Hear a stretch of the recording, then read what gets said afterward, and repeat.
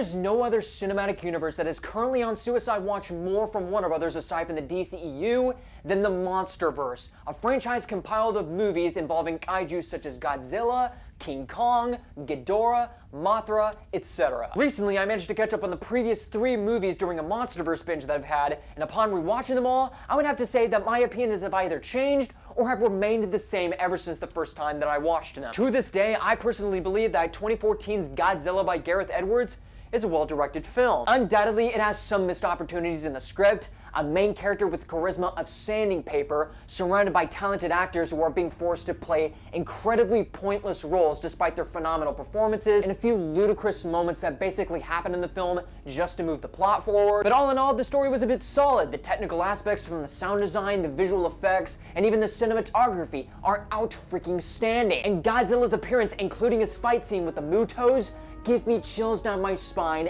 every single time, even if its screen time is all about 10 minutes in a 2-hour and 3-minute movie. Secondly, Kong Skull Island was the kind of monster movie that knew exactly what it wanted it to be.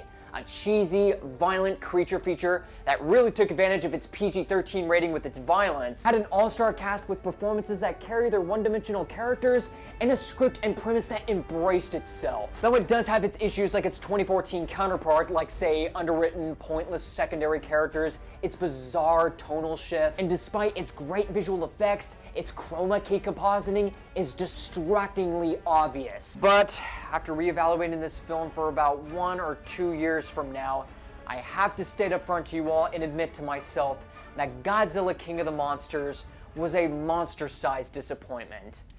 No pun intended. This was a hype-inducing movie simply because it was one of my most anticipated films of 2 years ago, and it had some of the best trailers that I've ever seen in my life. But unfortunately, this movie broke my heart, to say the least, acquiring all of the problems that the original progenitor had, but does it much, much worse and much more stupider. Not even the 8 minutes of epic monster fights, score, cinematography, and visual effects could save a movie with storytelling that insults your intelligence just about as much as IGN with its journalistic credentials, not to mention its underperforming domestic box office sales and its mixed to scorching reviews. And at long last, after a series of theatrical delays, some of which were because of a virus that we would all like to treat in the same way that George treated Lenny at the end of A Mice and Men, Warner Brothers and Legendary Pictures have finally released a titan of a movie that Godzilla fans and Kong fans have been waiting for, with Godzilla vs. Kong, the 4th movie in Warner Brothers' MonsterVerse, and it's also one of those movies where 2 iconic heavyweight combatants duke it out in a one-on-one brawl to see which godlike creature stands above the other. Recognizing that the extensive lineup of face-off movies, even if the majority of them hashed out by Hollywood, aren't particularly the best that a studio can offer, such as Freddy vs. Jason, Ballistic X vs. Sever, Alien vs. Predator, and its abominable sequel, I would have to say that despite me going into this movie with minuscule expectations, seeing how this movie is being directed by Adam Wingard, who directed the solid indie slasher film You're Next, but also tossed his potential down the drain with projects like 2016's Blair Witch and the live-action remake of Death Note, which is basically treated by fans in the same way that the Spanish Inquisition treated other religious groups. Godzilla vs. Kong is a film that I would say that despite my lower anticipation for it, I was pretty much still all the more disappointed by the final product that I saw on HBO Max, but at the same time, having watched it, there was some stuff that made me a little giddy inside. Set 5 years after the most disappointing heartbreak I've had in the past decade, Godzilla reclaimed the throne from King Ghidorah as the titan of all titans. Or so he thinks, as Kong still remains as the other monster alpha. Ancient discoveries have unfolded that for years, Godzilla and Kong's ancestors have had an ancient rivalry, even colliding each other in a great war, and that these 2 Goliaths are the last of their kind. Meanwhile, in Florida, Apex Cybernetics businessman Walter Simmons, also known as Obvious Bad Guy number 587, along with his right-hand man Ren Zarazawa, the son of Ishiro Zarazawa from the previous Godzilla movies, yeah, we'll get to that later, and Isaac Gonzalez, Simmons' daughter, have concocted a scheme to outmatch Godzilla. After he demolished their facility for an unknown cause, making humanity question Godzilla's status as the savior of the human race. In order to fulfill this priority, Walter would need the assistance of a university professor named Nathan Lynn, played by Alexandre Skarsgård, a monarch linguist named Eileen Andrews, played by Rebecca Hall, along with her deaf adopted daughter from the Iwa tribe as seen in Kong Skull Island named Gia, to find a life source that is submerged in a Jules Verne-esque ecosystem in the center of the earth that basically inhabit creatures such as Godzilla and Kong, known as the Hollow Earth. Meanwhile, Madison Russell, you know, the girl from King of the Monsters who had a mother whose plan to bring back the monsters is absolutely ridiculous. She, along with her friend Josh Valentine, who've also teamed up with a former Apex engineer turned kaiju conspiracy theorist named Bernie Hayes, figure out that Godzilla wasn't attacking Florida without any rhyme or reason, and are on the case to discover Apex's true intention, creating a mechanized version of Godzilla so that way they can get rid of the competition and place humanity above all monsters as the Apex Predator. Do you get it? I noticed that too. Do you get it?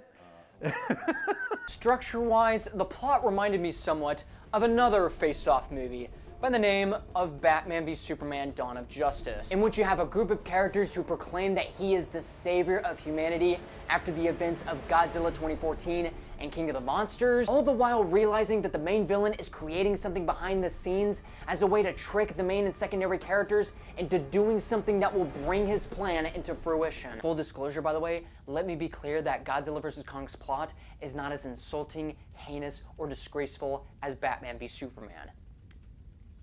But that doesn't mean that the plot is good, because this film's story is littered with characters making baffling decisions in order for the next scene to progress, with so many inconsistencies in the script that don't make a lick of sense, producing plot problems aplenty. And we'll get to those eventually. Oh, and I also have to point out something that really perplexed me throughout this entire experience. Yeah. This film's world building and continuity within the established MonsterVerse is thrown out the freaking window. We all understand that based on the timeline of events that lead to this movie, all transpire after King of the Monsters. Here's what bungles the heck out of me. You remember the titans that arose from the ground, some of 17 of them, such as the Mutos, Behemoth, Scylla, Methuselah, and even Rodan, who is now Godzilla's humble servant? Where are they? Did the Titans just go, well, Godzilla's now King of the Monsters, time to scurry back into my habitat like a mole? It's been 5 years later and there are 0 displays of any Titans on screen, let alone even mentioned throughout the entire film. Which would be freaking cool if Kong had to fight his way all the way to Godzilla against his multitudinous allies, or if some of the Titans had a specific part to play in the film. But the movie renders them absent entirely. And on the subject of Apex's scheme of creating Mechagodzilla, this brings up 2 questions which break all sorts of continuity. Why is Rin Serizawa Simmons' right-hand man on this assignment? Correct me if I'm wrong, but I don't believe that it was ever mentioned in the previous 2 Godzilla movies that Ishiro Serizawa, who is played by Ken Watanabe, had a son. But what we do have with the son, that being Rin Serizawa, is that he's not so much of a character as he's more of a useless, interchangeable henchman, but because it's name recognition, we got to have him contribute in the plot. It's also never explained why he decided to join up on this project in the first place. Maybe he didn't believe his father. Maybe he wanted to follow in his father's footsteps. Maybe he wanted to get even with Godzilla since his father died at the hands of him. Which again sounds odd considering how his father viewed him as a savior to humanity. So why Rin is deciding to join alongside a cybernetic company to kill Godzilla simply by making Mechagodzilla is questionable to say the least. Also, we noticed that he's using telepathic control on Mechagodzilla by way of using Ghidorah's skull and conscience to operate the mechanized monster. Last time I checked, the one who bought the head of Ghidorah from a fish market was an eco-terrorist by the name of Alan Jonah, a guy who wanted to rid the world of man by causing the monsters to purge mankind and to reset the natural order. So why would Alan Jonah even consider giving the skull to a company whose expertise is on technological enhancements and supporting the human race? These are errors in the world building that could have been easily fixed with either just a throwaway line or another fixed in the script depending on the execution, but instead were written without any sort of consideration given the time that they had even before and during COVID conditions. On the acting side of things, a fair amount of the actors are very competent in the roles. It's just too bad that there isn't much weight to the characters when it comes to the writing. Alexandre Skarsgård in his role is stoic in some instances, but he still manages to maintain a level of likability, personality, and even timidness to his character that felt very appropriate. Rebecca Hall was solid, Isa Gonzalez is alright, even when the script pretty much characterized her to be the boss's shrewish daughter. Other characters such as Madison Russell, Millie Bobby Brown again, is very solid, and her performance is also as good as she was prior in Godzilla King of the Monsters. But Julian Dennison and Brandon Tyree, despite being fairly decent in this movie, are only rendered to be clumsy comedy relief. Although there are only a minuscule amount of scenes that did in fact make me chuckle. But you know what? I will hand it to Josh Valentine. At least he's a fan of my favorite band, Judas Priest. Him wearing a Defenders of the Faith and Screaming for Vengeance t-shirts while he's listening to Breaking the Law on the radio. That was nice. And just when you thought the platitudinous, stereotypical corporate villain caricature wasn't overused as it was in modern science fiction movies, as seen in Jurassic World Fallen Kingdom, Damian Bashir is fine as Walter Simmons, but his character is yet another addition to the collection of cliched monster movie villains. The instant that this character shows up with Ren Zarazawa with goals of handling Godzilla by finding a power source in an ecosystem in the Earth's core, while also delivering cheesy lines like, "I love crazy ideas.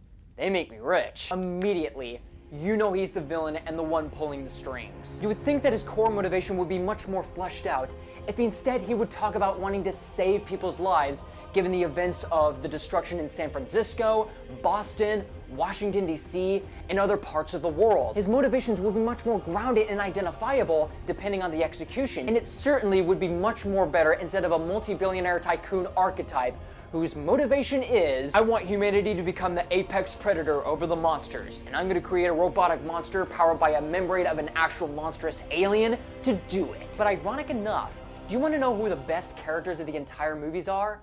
The ones who don't even talk. Let's start off with Kaylee Hoddle as Gia. While Kaylee Hoddle is in fact deaf in real life, and seeing how this is her first role, she does a very good job with her character. She brings a lot of emotion and heart to her character, as it's also being reinforced by her friendly connection that she has with Kong, as Kong basically saved her from a storm that wiped out her entire family, as she is the lonely survivor and the only thing that holds Kong together rather than him just unleashing and being a straight up monster. And it's also something that makes Kong a very likable character. Even if we accept the fact that he is technically a giant monster-sized ape, he still contains a level of humanity and charm thanks to the motion capture work for him. And speaking of monster, Godzilla is still the ferocious, atomic-breathing monster that we have come to expect. Even while his screen time is fairly similar to his previous movies, and while in those movies he is portrayed more as a monstrous protagonist, here he is portrayed more in an antagonistic light, as he is built as a dominant force of destruction who will not concede until he is the primary alpha standing. Now that I have talked about the characters, as I stated before, these characters do the most stupidest things for the sake of the plot to progress. So much in fact that it gets to a point to where the human characters do some of the most inane acts and riskiest actions known to man, that either they get lucky after doing it or they get squashed by a monster. Let me explain threefold. First of all, after Godzilla and Kong have their first fight in the Tasman Sea, Kong is out of breath and exhausted from the fight, and Godzilla could be coming back at any second because one of them has to submit. So the Navy and Nathan Lynn's first instinct is to shut down engines, weapons, everything as a way to play dead to fool Godzilla into thinking that Kong has given up. First of all, what's that gonna do? Godzilla could easily go to the area and double check to investigate if Kong is still alive and continue the fight even while your defenses are stationary. But Godzilla doesn't do that, and while he's too busy doing his best Sephiroth impersonation, posing dramatically in front of fire looking at Kong, he leaves thinking he won. Which is stupid since it's been established that both Godzilla and Kong are known for sensing danger, and that Godzilla's goal is to end Kong for good. And what's also funny about this is that Godzilla cannot go after Kong despite having the capability to sense if he is alive, but can sense danger from the Apex Cybernetics headquarters in Hong Kong all the way from the Tasman Sea. Logic? I have none. Not to mention Monarch not notifying Hong Kong that Godzilla is on the way despite having satellites that survey his exact locations of where he's gonna go at any point in time. Second, Josh, Madison, and Bernie decide to infiltrate the Apex facility in Florida because they believe that they are the cause for Godzilla's rampage and that they are hiding something. Apparently they can go inside of the ruins of the industry without Apex agents, employees, or security guards even having to secure a perimeter. Thirdly, this one blew my mind. This is perhaps the stupidest thing in a MonsterVerse movie. After one of the bad guys grabs a specimen of the power source that Apex needs for Mechagodzilla, in the middle of escaping, Kong is in their way, and their best course of action, rather than just to move at any other direction, is to shoot Kong in the back, and this allowing Kong to grab the airship and squish it with his hand.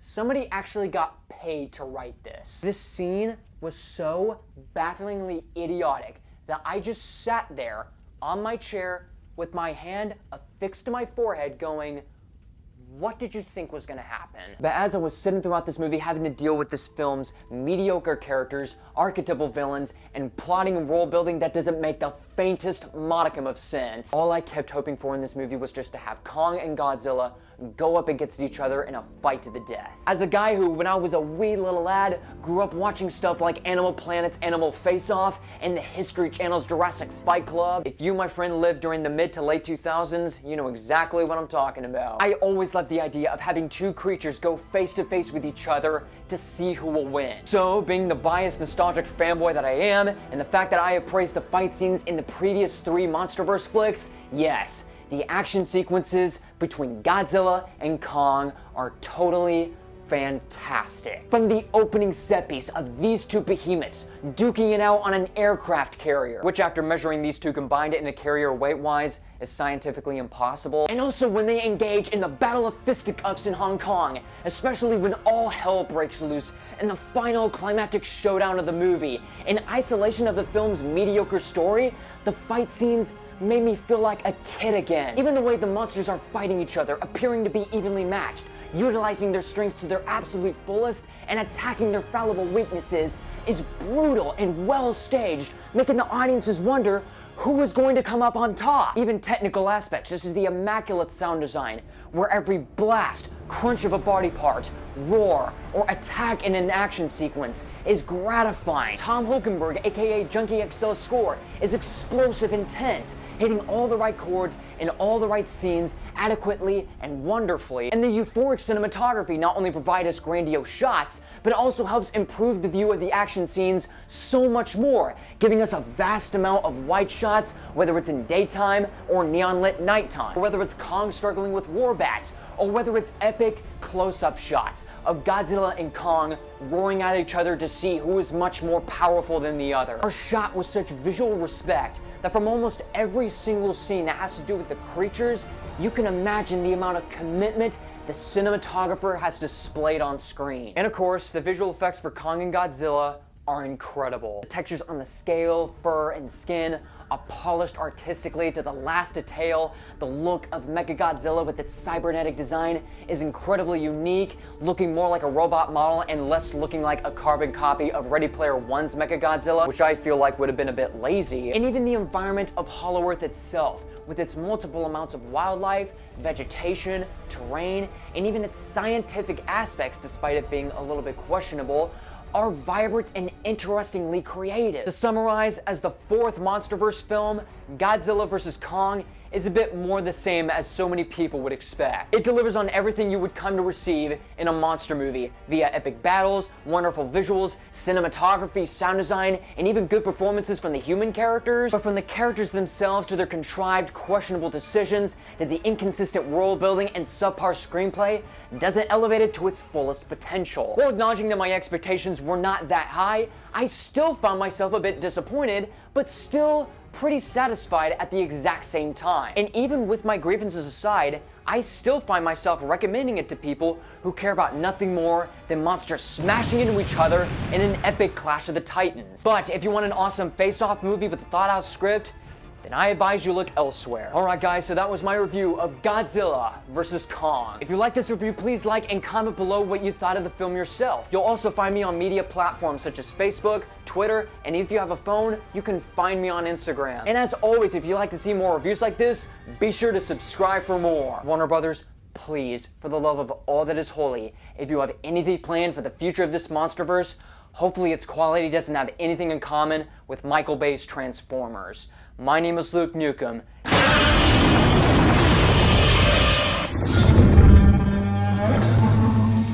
And you, my friends, have been blown away.